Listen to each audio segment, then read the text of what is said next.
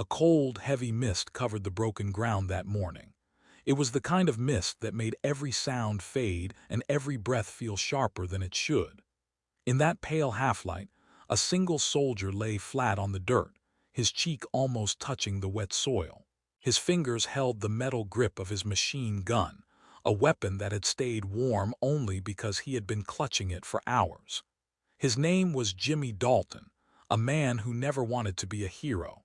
He had spent his childhood fixing old machines behind his father's workshop, never imagining that those simple skills would one day decide life or death. Now, in the middle of a war far from home, those same hands were steady, trained, and ready. The sky was quiet, too quiet for comfort. Dalton listened carefully, counting the seconds between his breaths. The fog made the world feel smaller, as if danger could suddenly rise from the whiteness around him. The air smelled of wet earth, burnt metal, and fear. Behind him, the rest of his squad waited inside a half-destroyed farmhouse. They trusted him more than anyone else. Dalton wasn't the strongest or the loudest, but he had something rare, a calm mind when chaos rose. When others panicked, he calculated. When others heard silence, he heard warning. There were rumors that German scouts were moving through the area, searching for weak spots in the Allied lines. If they slipped through this sector, entire units could be wiped out. And Dalton knew it. He also knew that the officers had ordered everyone to stay hidden and avoid engagement. But orders didn't always match reality. Dalton pressed his ear closer to the ground. A faint vibration reached him, soft, uneven, but growing. Not thunder, not wind. Engines. Something was coming toward them through the mist. Dalton lifted his head slowly, heart steady, eyes sharp. The quiet morning was about to break. Dalton tightened his grip on the machine gun as the engine noise grew clearer. It had a sharp, grinding sound. A German engine, the type every soldier had learned to fear. He slowly rose just enough to see over the muddy ditch. Through the thick fog, a dark shape began to appear. At first it looked like a ghost moving through smoke. Then the outline sharpened.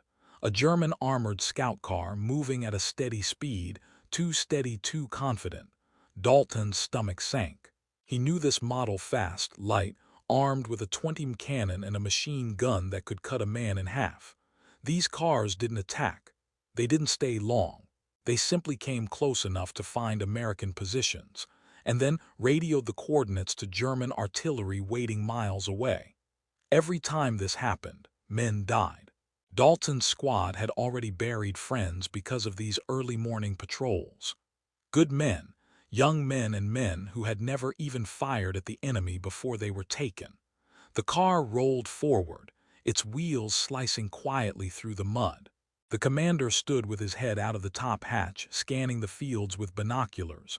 He wasn't worried. He wasn't cautious.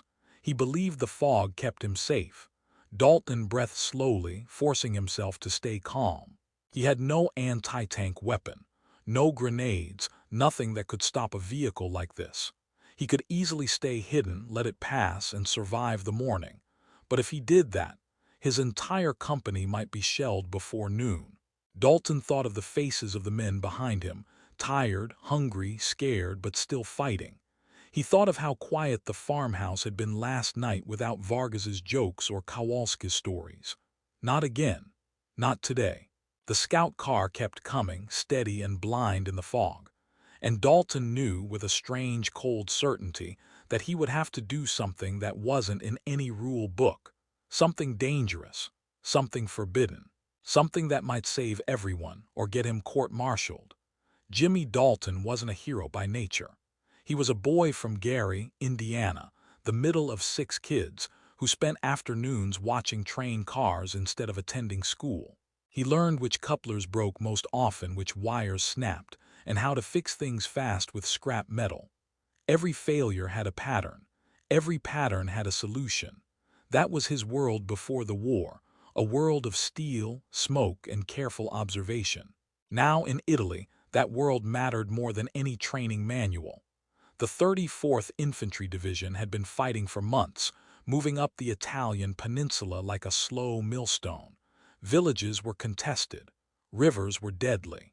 and the Germans' light armored scout cars were killing men faster than bullets could reach them. Dalton remembered Kowalski, Brennan, Vargas, each one dead because the approved anti-tank methods didn't exist. Bazookas were scarce. Mines were reserved for defenses. Anti-tank rifles had been phased out. Men were dying and the manuals were useless. That's when he remembered something from the rail yards: wires, tension, leverage. Simple things, when placed right, could stop moving machines. He began calculating. The scout cars moved fast, but their wheels were predictable. They had one weakness that no one exploited: their axles. Dalton's heart beat steady, not from fear but from purpose. He could see the car moving through the fog. One wrong move and he would be crushed. But he also knew that inaction meant more death. He reached for his supplies: a coil of rusted barbed wire and 2 entrenching tools, the folding shovels every soldier carried. No one could see him from the farmhouse. No one could stop him. Tonight, in the quiet shadow of the fog, Dalton made a choice. He would act, and if he succeeded, he might save dozens of lives.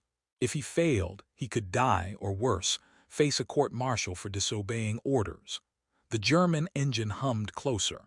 Dalton's fingers closed around the wire. One chance and one moment. The morning was holding its breath. Dalton had spent nights thinking about this. The officers called it unauthorized, dangerous, a booby trap. Battalion command had threatened court-martial. Captain Morrison had dismissed him when he suggested using wire on the roads. "Corporal, the field manual is clear," Morrison had said. "No random trip wires. It's unsafe."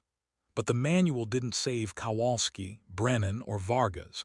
It didn't prevent artillery strikes called in by German scouts. Every rule that ignored the reality of their situation was costing lives. Dalton thought of the train yards back home. A loose coupler could derail 6 cars. A snapped cable could kill a brakeman. You learned to see failures before they became disasters, and to fix them with what you had. That same thinking had brought him here, to a muddy ditch in Italy, watching a scout car roll through the fog. He measured the road carefully. The dirt was soft but stable. 2 oak trees stood like sentinels, the perfect anchors. Dalton drove the first shovel into the ground, angling it toward the American lines. It sank only 6 inches and too shallow. He used a rock to hammer it in further. 12 inches now, stable. The second shovel went in 18 feet away, exact spacing by pacing. The barbed wire was old and rusted but strong. Dalton looped it around the first shovel handle, then the second. He stretched it taut. His palms burned from the rusty wire biting through his gloves. He tested the tension. Too loose, it would snap. Too tight, it would break.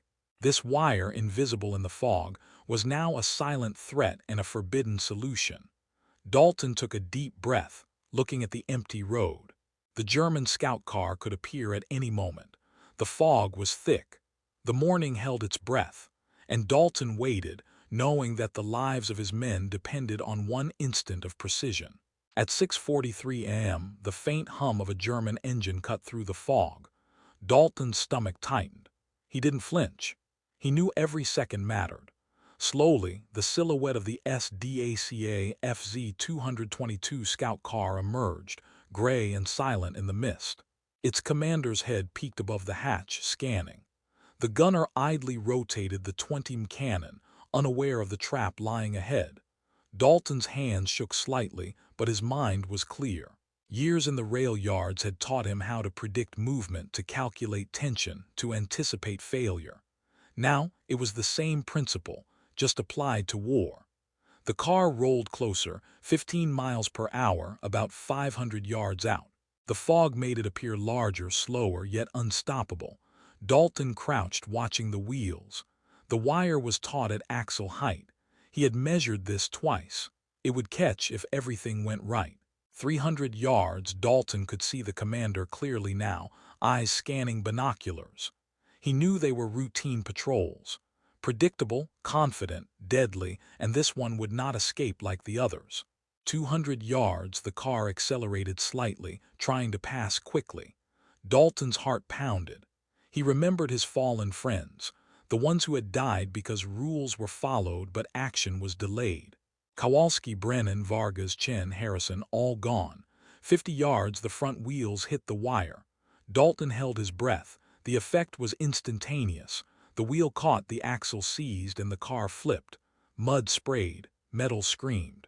The vehicle rolled violently, nose down, rear up, 3 spins, tumbling until it lay upside down, a mess of iron and smoke. Dalton didn't hesitate. He grabbed his rifle, ran forward, yelling for his squad to cover him. The German crew scrambled, dazed and wounded. Dalton pulled the driver clear and then handed him to Private Morrison. The wire had worked. The impossible was done. And in that moment, Dalton knew the war could be changed with ingenuity, courage, and a single wire. Dalton stood over the wreck, chest heaving, mud caked on his uniform. Smoke rose from the scout car's engine. Its wheels spun uselessly in the air. The German crew was stunned, confused, injured, and out of options. Dalton had never felt so alive and so terrified at the same time. Minutes later, Captain Morrison arrived. He circled the overturned car, inspecting every detail. No blast marks, no bazooka holes, just a flipped scout car and injured men. "What happened?" Morrison asked, eyes sharp. Dalton's throat tightened. "It flipped, sir," Morrison frowned. "Scout cars don't just flip." Dalton met his gaze, silent.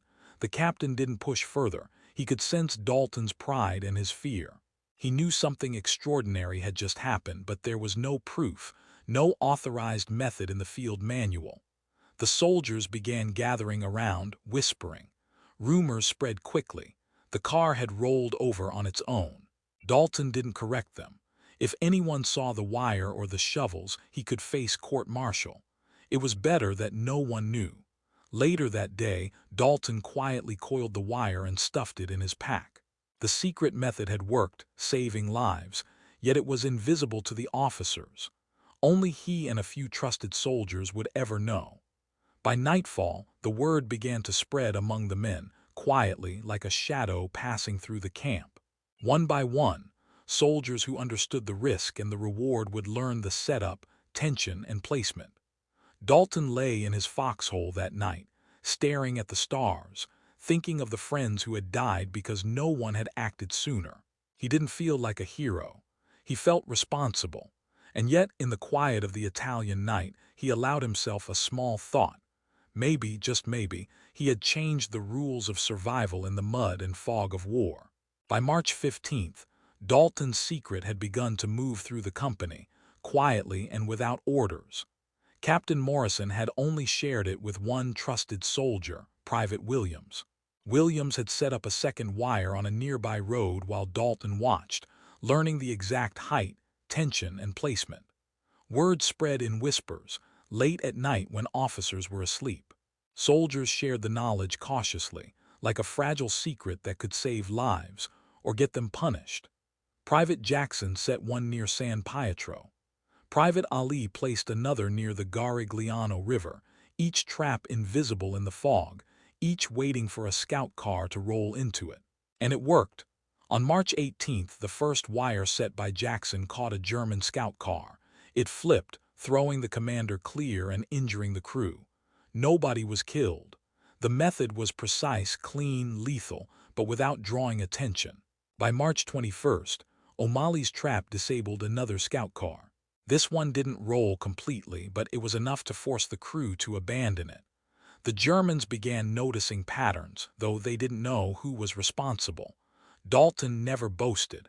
He never wrote it down. His satisfaction came quietly, in the knowledge that men who would have died were now alive, their families waiting, unaware of how close they had come to death. The foggy roads of Italy became a dangerous game for the Germans. They slowed, dismounted, and inspected suspicious terrain. Reconnaissance patrols became hesitant. Artillery strikes called in by scouts dropped sharply. Lives were saved. Dalton's simple solution, built from scrap wire and shovels, was changing the battlefield. But officially, no one knew it existed. The war continued, but the rules had quietly shifted, thanks to one man who refused to let rules kill his friends. By late March, German reconnaissance officers began to sense something strange. Scout cars were being disabled in ways that made no sense. Lieutenant Klaus Richter of the 29th Panzer Grenadier Division noticed a pattern. 3 scout cars had been destroyed along the same routes in similar ways: flipped, immobilized, crews captured or injured. He inspected the wreckage himself. The front axle was bent but intact. No explosives, no penetration. Only rusted barbed wire, small fragments stuck in the wheel housing. Something invisible, thin but strong, had stopped the vehicles. Richter reported to division intelligence. His superiors were skeptical. "Wire can't stop armor," they said. "Too light, too fragile." But the evidence was undeniable. 3 cars, same pattern, unexplained until wire was considered. Meanwhile, Dalton's secret network of soldiers continued to expand. Each new trap was a learning opportunity. Tension, height, placement, every detail refined through trial and observation. By April, multiple wires had been set across the company's sector. Scout cars moved slower, commanders dismounted, and reconnaissance effectiveness dropped sharply. American soldiers noticed. Casualties fell. Morale rose. But officially, the Army still denied the method existed. The men who knew the secret didn't brag. They whispered instructions, quietly saving lives in the fog, without medals, without reports, without anyone knowing. Dalton's ingenuity had created a silent revolution on the battlefield. The Germans were cautious, the Americans were safer.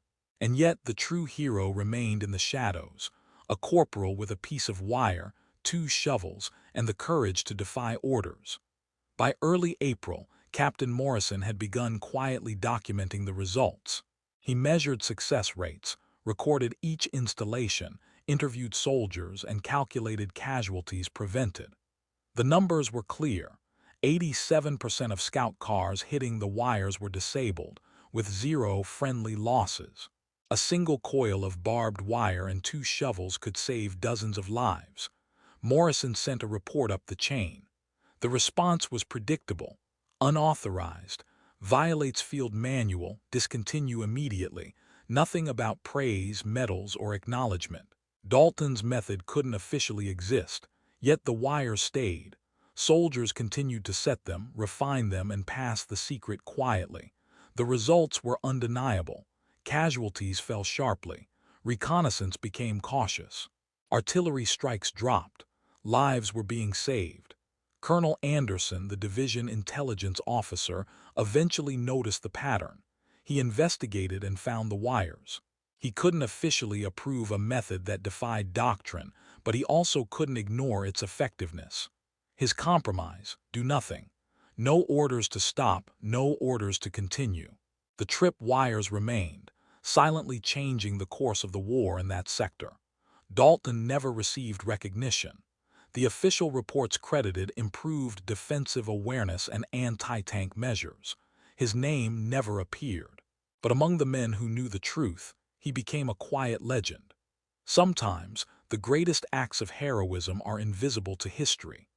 Dalton's wires saved hundreds, yet the man himself went home quietly, back to the rail yards of Gary, Indiana, leaving the battlefield behind but taking the knowledge of lives spared with him. After the war, James Dalton returned to Gary, Indiana, to the same rail yards where he had learned to solve problems with scrap metal and clever thinking. He married Dorothy, raised 3 children, and worked quietly for U.S. Steel for over 40 years. The war, the fog, the scout cars, the wires, he never spoke of them. Once a year on March 12th, he would receive a call from Morrison, Williams, or Jackson. They would reminisce quietly. The fog, the scouts, the wires. No fanfare, no medals, and just the satisfaction that hundreds had lived because of what he had done. In 1963, a military historian investigating German reconnaissance losses found Dalton through Morrison. Dalton agreed to one interview, shared the full method, and requested his name not be used. The article published in 1965 credited unidentified NCOs of the 34th Infantry Division. Dalton was satisfied. Recognition had never mattered to him. He passed away in 1987, age 63, quietly in his living room. His obituary mentioned his service in World War II and his decades at U.S. Steel. Nothing about wires, scout cars, or lives saved. Yet the method lived on. Post-war analysis validated the concept. Axle height wire obstacles were integrated into official military doctrine in 1949. Modern militaries still teach variations. Improvised obstacle placement traces back to the actions of one switchman from Gary, Indiana, who refused to watch his friends die. Sometimes the simplest solutions save the most lives. Sometimes courage isn't about medals or recognition. It's about seeing what must be done, even if nobody else will. And sometimes, in the mud and fog of war, a piece of wire and two shovels are enough to change everything.